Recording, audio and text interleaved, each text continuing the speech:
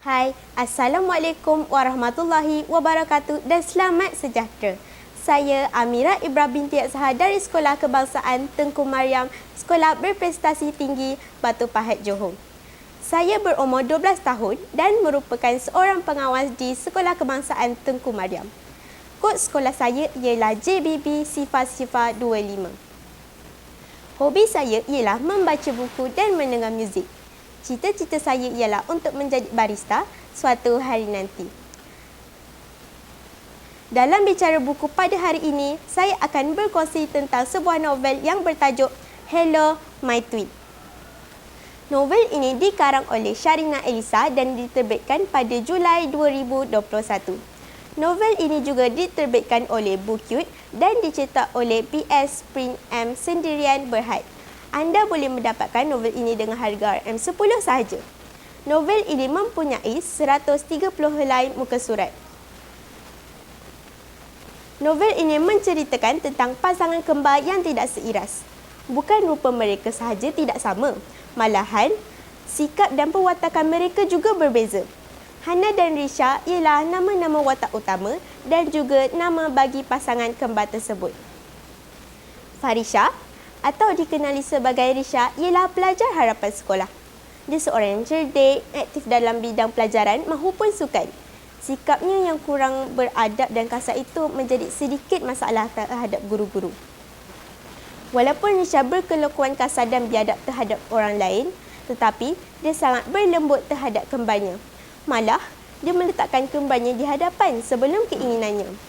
Farhana atau dikenali sebagai Hana pula digelar si dungu yang hanya mahir dalam subjek yang melibatkan pengiraan. Tetapi, dia seorang yang baik hati dan juga lemah lembut.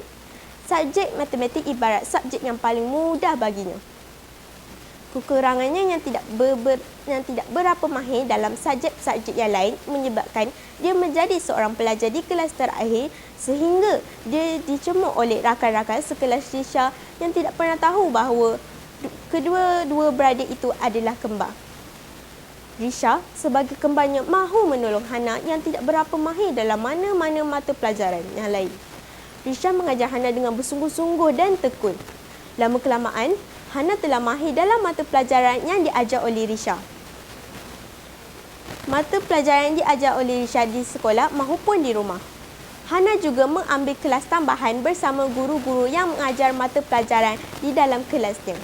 Setelah berkali-kali Hana bersungguh-sungguh untuk mengulang kaji, usahanya membuahkan hasil. Usaha dan kegigihan Hana selama ini tidak sia-sia.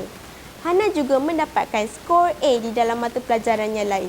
Murid-murid menjadikan Hana sebagai idola dan contoh terdekat. Kesimpulannya, jika kita pandai menghargai masa dan mengatur masa, kita boleh meluangkan masa kita dengan melakukan perkara yang berfaedah. Sebaiknya, hindarilah daripada rakan-rakan yang suka untuk bermalas-malasan. Kita juga boleh hias dan mencantikkan tempat belajar supaya kita lebih bersemangat untuk mengulang kaji dan belajar. Saya tertarik dengan novel ini kerana beberapa helai muka surat dicetak dengan gambar. Seolah-olah kita dapat membayangkan jika kita juga berada di dalam situasi tersebut. Seperti pada muka surat 36, 56, 60 dan muka surat 75. Saya mencadangkan novel ini untuk dibaca kerana alur cerita novel ini sangatlah menarik. Selain itu, kita juga dapat mengetahui pengalaman dan cabaran kedua-dua kembar tersebut. Novel ini memberi saya inspirasi untuk tidak berputus asa dengan cepat dan bangkit semula jika kita jatuh. Novel ini memberi saya pengajaran untuk menghargai masa lapan dengan melakukan perkara yang berfaedah. Di mana ada kemahuan, di situ ada jalan. Bermaksud, jika mempunyai cita-cita, seseorang akan berusaha dengan bersungguh-sungguh untuk mencapainya. Berakhirlah bicara buku saya pada hari ini. Sekian, terima kasih.